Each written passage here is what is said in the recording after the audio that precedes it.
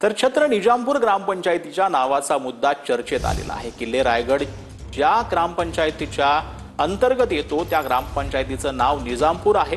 त्यामुळे छत्र निजामपूर ग्रामपंचायतीचं नाव किल्ले रायगड करावा अशी मागणी पडळकरांनी केली आहे। तर असे मुद्दे उकरून काढण्याची काही गरज नाही, अशा मुद्द्यांमुळे शेतकऱ्यांचा मुद्दा बाजूला राहतो, अशी प्रतिक्रिया अमोल मिटकरी यांनी दिली आहे।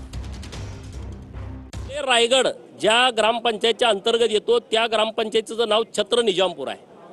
आता मला सांगा, ही गोष्ट पटणारी आहे का? आणि म्हणून माझी मागणी सरकारकडे अशी आहे, छत्र निजामपूर ग्रामपंचायतचं नाव बदलून ते किल्ले रायगड ग्रामपंचायत करावं आणि त्याचं जे कार्यालय निजामपूरमध्ये आहे ते कार्यालय रायगडवाडीमध्ये करावं। ही मागणी माननीय मुख्यमंत्री महोदयांच्याकडे मी आता भेटून करतोय, तसं पत्र मी घेऊन आलोय। आता ह्यात राजकारण कसलं आहे?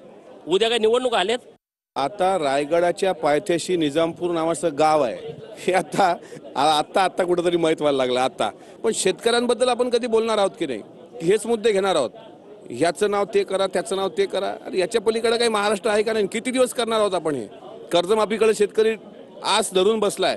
म्हणजे ह्या सगळ्या गोष्टी असताना जाणीवपूर्वक काहीतरी मुद्दे डायव्हर्ट करणं मला तरी काही आवडत नाही। असे मुद्दे उखरून काढण्याची काही गरज नाही आहे।